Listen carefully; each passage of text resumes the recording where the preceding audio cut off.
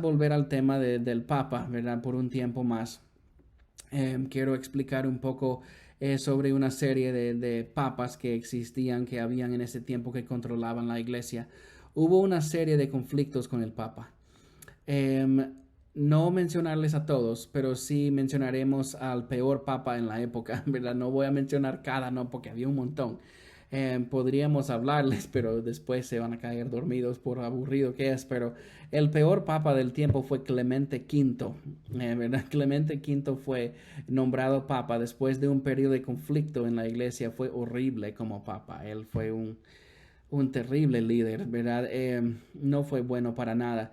El que había sido papa antes de él había hecho cosas malas, pero y mucha gente no lo querían. Y cuando eligieron a Clemente V, dijeron que va a ser mucho mejor y más bien fue peor, ¿verdad? Fue peor y él fue el papa y fue el que lideraba la iglesia.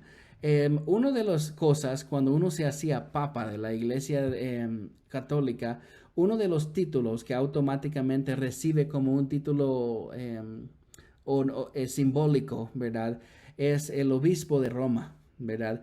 Dicen que como todas las otras ciudades principales tenían un obispo, ¿verdad? Obispo de Cartago, de Alejandría. Era un título muy antiguo poner obispo a un líder eclesiástico en cada ciudad, pues el papa automáticamente fue el obispo de Roma, ¿verdad? Pero en su carrera entera, en todo su tiempo de ser papa, ni una sola vez visitó a Roma. No fue de ahí y nunca quiso ir, aunque gobernaba Roma. En ese entonces, los papas tenían el derecho de gobernar a la ciudad vaticana, pero no solamente ahí, sino a la ciudad de Roma y los países chiquitos alrededor. Eran como su reino personal. Del cual él podía cobrar impuestos para vivir bien, podría levantar un ejército si fuera necesario, pero nunca fue, nunca visitó, solo aprovechó de los impuestos y nunca fue. Eh, fue un francés, él fue originalmente fue un francés. El Papa tiene el derecho de nombrar cardenales. Dicen a los cardenales los príncipes de la Iglesia Católica. Hasta hoy en día ese es un apodo que usan para ellos.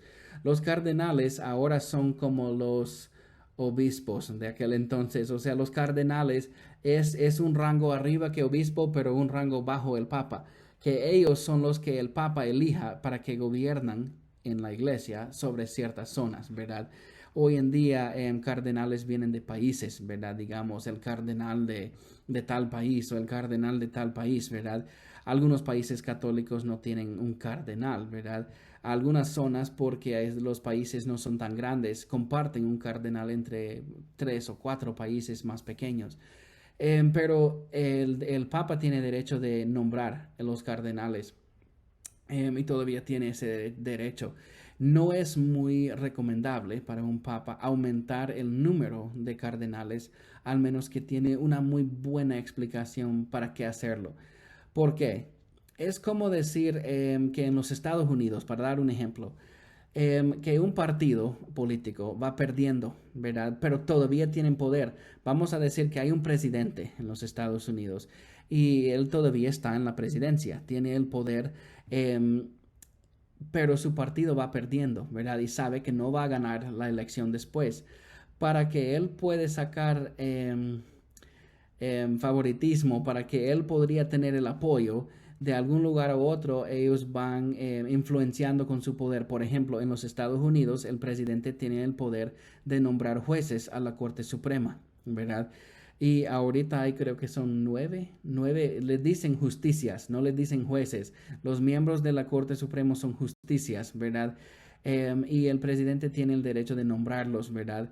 Em, por si en caso que la corte es muy conservador y el presidente que está perdiendo poder está ahí en un intento de salvar su poder, abre nuevos puestos y vaya nombrando mucha gente que le apoyan a él para llenar la corte para que siempre le siga a él y le da favor a él. Así hacía ese hombre, pero ese Clemente V con la Iglesia Católica, pero fue un desastre. No solamente incrementó el favoritismo hacia él, destruyó el sistema entero por tantos que se metió en el sistema. Nombró 24 cardenales y todos menos uno fueron franceses, fueron de su propio país. Él no fue justo para nada, fue un hombre bien interesado en lo de él. Nada más, no fue interesado realmente en gobernar bien la iglesia. Deshizo mucho de lo que los papas anteriores habían logrado. Destruyó a la orden de los templares. En esa imagen que ustedes se ven ahí es un uniforme. Los caballeros andantes, los caballeros templares, ¿verdad? Era una orden, una rama de la Iglesia Católica, una rama militar de la Iglesia Católica. Eran hombres que se dedicaban su vida a servir al Papa, pero siendo así caballeros andantes, eran soldados de los mejores, ¿verdad? Que no pertenecían en un país ni otro y querían vivir su vida eran guerreros, no sabían hacer nada más.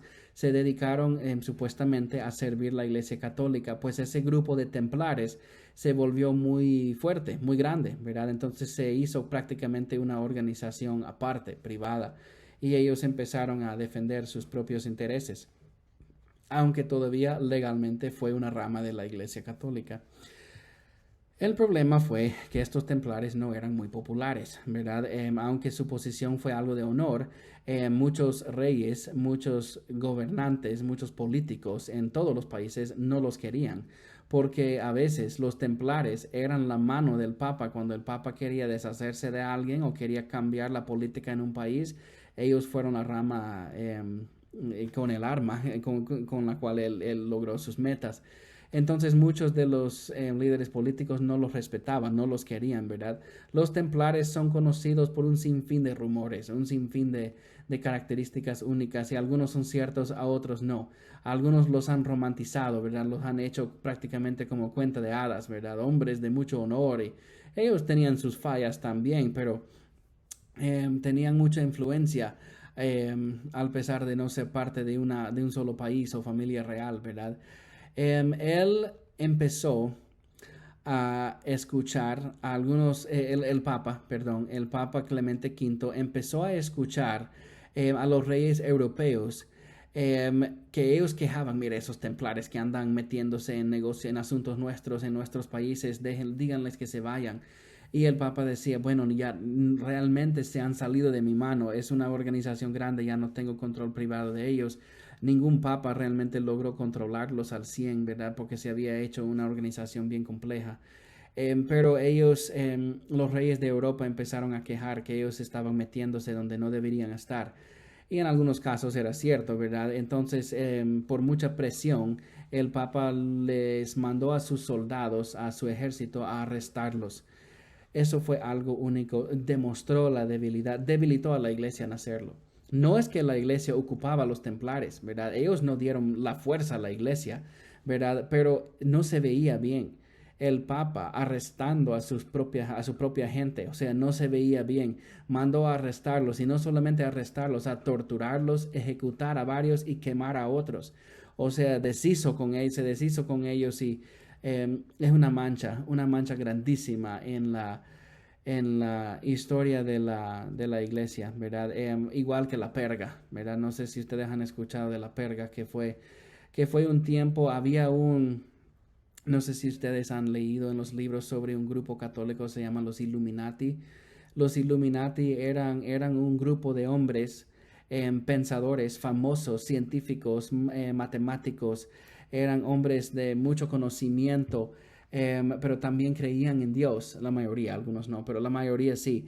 Ese grupo se habían juntado para, con la razón, tratar de convencer a la Iglesia Católica, por favor, déjenos crear, déjenos descubrir, déjenos hacer la ciencia para aprender de la naturaleza, sacar medicinas, aprender fórmulas matemáticas, porque en ese tiempo la Iglesia Católica había prohibido todo eso, porque dijeron que esas cosas van a desaprobar a Dios, van a demostrar que Dios no es real, y ahí la Iglesia pierde su poder. Entonces la Iglesia dominó y deshizo con cualquier persona que quería estudiar la ciencia y eso.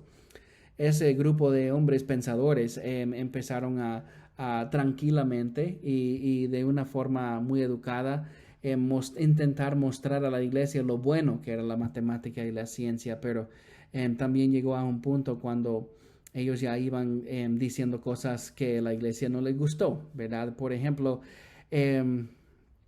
Galileo, no sé si se saben de la filosofía, la enseñanza de Galileo, y otros pensadores proponían la idea de que la Tierra giraba alrededor del Sol, ¿verdad? En ese entonces y por toda la historia de la humanidad había creído que el Sol es el que se mueve alrededor nuestro, ¿verdad? Porque cuando uno está ahí en su casa en el día, se ve que el sol se levanta en un cierto lugar y ay, se me fue la palabra, amanece en un lugar y se desaparece en otro, ¿verdad? Ya de noche, atardecer, ¿verdad? El atardecer. Entonces dijeron ellos, pues el sol es que el que se va moviendo alrededor de la tierra, cuando realmente los Galileo y otros decían, no, no es así. El sol está estancado ahí, es la tierra que va alrededor del sol más bien. Esa era una gran cosa, eso era un gran lío, porque la Iglesia Católica enseñaba que el sol se movía. Entonces Galileo empezaba a decir que no, es el opuesto. Entonces le empezaron a acusar de muchas cosas y Galileo pues pasaba su vida entera escondiéndose hasta que al final lo agarraron, ¿verdad? Pero fue un desastre, ¿verdad? Ellos solamente querían revelar la verdad, ¿verdad? La verdad de las cosas y no es malo que hoy en día sabemos, la medicina nos hace más larga la vida, ¿verdad? Nos salva en varias ocasiones. Es una bendición, no es una maldición, ¿verdad? Fue lo mismo en aquel entonces, casi 100% de la humanidad creía que la Tierra era plana. Creían que la Tierra era un gran cuadro, era como un gran cuadro, una gran forma que era plana, ¿verdad? Y que había una orilla. Antes de Cristóbal Colón y otros exploradores se partieron de Europa para sus viajes, a veces los reyes de tal país que los patrocinaba llamaba a los líderes de la iglesia que oraran por ellos para que no se cayeran de la orilla de la tierra. Se imagina, o sea, creían por mucho tiempo que la tierra, ¿por qué era tanto tiempo hasta que descubrieron Norteamérica? Norteamérica existía por miles de años, igual que Europa. Pero ¿por qué no lo habían descubierto? Porque no podían verlo. Desde Inglaterra, desde España, Portugal, no podía ver la tierra nueva allá, no podía ver Norteamérica. Y decían, no vamos a ir muy allá porque está la orilla y vamos a caer y morir. Entonces no fueron hasta después se descubrieron. Algunos fueron descubriendo que hay continentes enteros allá que están llenos de riqueza. Pero por la ignorancia, por la ignorancia del pueblo en general, porque la iglesia había dicho que no era necesario creer cosas que no son, no era necesario enseñar a la gente cosas que eran falsas y decían que la tierra era plana. Ideas interesantes, ¿verdad? Pero los templares, los Illuminati, la iglesia los arrestó a la mayoría y los quemó. Pero no antes de quemarles con un símbolo, ¿verdad? Con símbolos, como hacemos a veces con las vacas, con el ganado, metemos algún diseño de metal en el fuego y le ponen en la piel de la vaca para saber de quién es. Así hacían esas personas, les quemaban aquí con un símbolo de Illuminati que eran peligrosos en el nombre de la iglesia y pues los mataban. Ok, ese Clemente V pues destruyó a esos templares y fue alguna tristeza realmente. Ok, ahora llegamos a una etapa muy interesante, ya casi llegamos al final de la clase para hoy, de esta quinta sesión. La búsqueda de la reformación, ¿verdad? La reformación era un resultado del hecho de que la humanidad estaba abriendo sus ojos. Literalmente, así fue. Em, no realmente se hizo completo hasta el Renacimiento, cuando los seres humanos se dieron cuenta, no es pecado que nosotros seamos educados, así decía la gente común. No es pecado que sepamos leer un libro. No es malo que vayamos aprendiendo cosas que la iglesia no aprueba, ¿verdad? O sea, ellos por mucho tiempo, la iglesia era los que dejaban que la gente supiera algo o no, y dependía de lo que ellos querían. Ahora la gente iban diciendo, pues yo tengo derecho a aprender lo que yo miro que es digno aprender y si yo debo poder decidir lo que es bueno y no bueno aprender, ¿verdad? Y cada quien, yo debo tener una relación personal con Jesús porque así dice en la palabra, ¿verdad? Así dice que debemos de tener. Cada quien debería tener la palabra de Dios en su casa, una idea extraordinariamente ilegal en aquel entonces. Era prohibidísimo que alguien tuviera la Biblia porque solamente el sacerdote local podía leerla. Era prohibido que la Biblia fuera traducido en algo menos griego o latín, ¿verdad? Y solamente los sacerdotes sabían leerlo, entonces solamente ellos podían. Es por eso que la iglesia logró convencer a la gente a creer en cosas que no son, porque ¿cómo lo iban a decir de otra manera? El pueblo que escuche a la iglesia decirles, mire, ahora la verdad es que las gallinas nacen rosadas, o sea, algo, una tontera. La gente le van a decir, bueno, es cierto, o sea, la Biblia dice que una tontera, ¿verdad? Ellos podían decir lo que sea y la gente les iba a creer, porque ellos no podían leer por ellos mismos, no podían aprender, no tenían forma de hacerlo. Entonces, ahora, con la reformación, estamos viendo una humanidad que está abriendo los ojos. Está abriendo los ojos y está viendo si podemos aprender y no es pecado aprender. Em, que los seres humanos iban aprendiendo cosas, salieron algunos inventos que cambiaron la historia de la Tierra. Uno de los inventos que parece tan sencillo para usted y para mí era la imprenta. La imprenta cambió la sociedad al nivel mundial, ¿verdad? ¿Por qué? Porque por primera vez en la historia el pueblo común podría tener un libro en su casa o un folleto, algo impreso en su casa. Para nosotros eso es tan increíble. Ahorita mismo apuesto que su basurero ahí en la casa tiene papeles, recibos, facturas, cosas impresas, ¿verdad? Ahí botadas. Tanta cosa que hay impreso hoy en día, en aquel entonces no existía. No habían impresoras, ¿verdad? La tinta existía, pero era cara. Era carísima comprar un bote de tinta. Mucho menos comprar el papel, que era muy difícil hacer. Era muy caro comprar papel y después hallar quién podría escribir. O sea, eso era mucho más difícil, ¿verdad? Era algo extraordinario. Y ahora que con la invención de la imprenta, que ellos podían arreglar ciertos patrones de letras en una máquina, tirarles tinta y hacerle como ¡fum! Una gran estampilla en el papel y la gente quedaba maravillada. Antes, para copiar una sola página de la Biblia hubiera costado horas. Ahora en una cuestión de 30 segundos ya estaba, ¡pum! Ya se copiaba una página entera. Era un invento que cambiaba la faz de la tierra académicamente, personalmente, espiritualmente, porque ahora, bueno, antes para comprar un libro era carísimo, porque cada libro que existía tenía que ser copiado a mano y con tinta. Ahora con la imprenta podían hacer un sinfín de copias, ¿verdad? Un sinfín de folletos y lo que sea. Y que las imprentas fueron regándose una imprenta allá, otra en esta ciudad, otra en este pueblo. Las personas ya lograron tener la palabra escrita. Entonces ellos podían tener información en su casa. Las primeras Biblias empezaron a llegar a las casas de las personas cuando la imprenta salió y la reformación ocurrió. ¿Qué pasa con lo de la reformación?